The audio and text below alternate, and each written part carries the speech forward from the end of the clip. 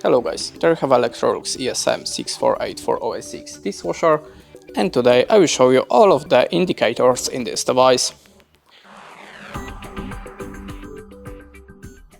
So the first indicator, this one, it's for a salt. It's open when the salt container needs refill. The next one, this small sun, it's a rinse.